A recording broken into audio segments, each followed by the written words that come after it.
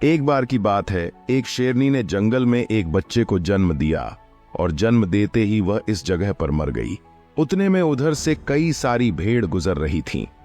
वह शेर का बच्चा, जिसने अभी अभी दुनिया में कदम रखा था, उन भेड़ के साथ मिलकर चला गया और उन भेड़ के साथ रहकर वह खुद को भी एक भेड़ समझने लगा था। उसने कभी मांस नहीं खाया और भेड़ के साथ मिलकर घास खाने लगा था। उसे कुछ आइडिया ही नहीं था कि एक शेर कैसे रहता है और कैसे अपनी जिंदगी गुजारता है, और उसे यह तक नहीं पता था कि वह एक शेर है, क्योंकि उसके चारों तरफ भेड़ ही भेड़ रहा करती थी।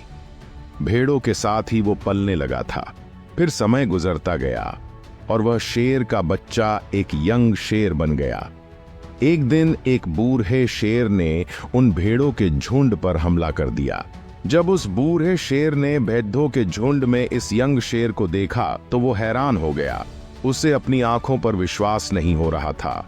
उसने देखा कि एक यंग शेर भेड़ों के साथ घूम रहा है। उसने पहले कभी ऐसा नहीं देखा था।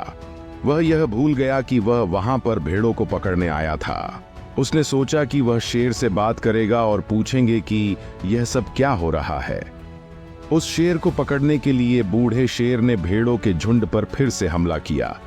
भेड़ों ने जैसे ही उस बूढ़े शेर को देखा, वह सब अपनी जान बचाकर भागने लगे और उन भेड़ों के साथ वह शेर भी अपनी जान बचाकर भागने लगा। कुछ देर के बाद उस बूढ़े शेर ने यंग शेर को पकड़ लिया।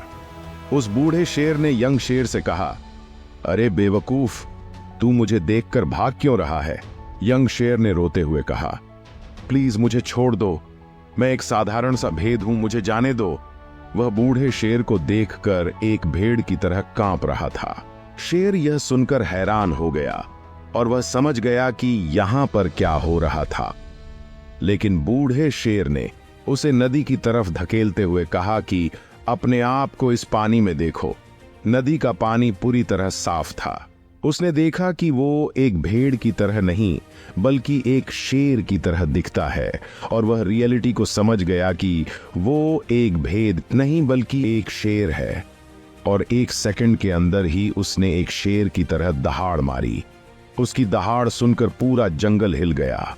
उसने अपने आप को पहचान लिया, अपनी पावर्स को पहचान लिया, और तभी उसने अपने आप में एक ऐसी शक्ति महसूस की जो उसने आज से पहले कभी नहीं की थी।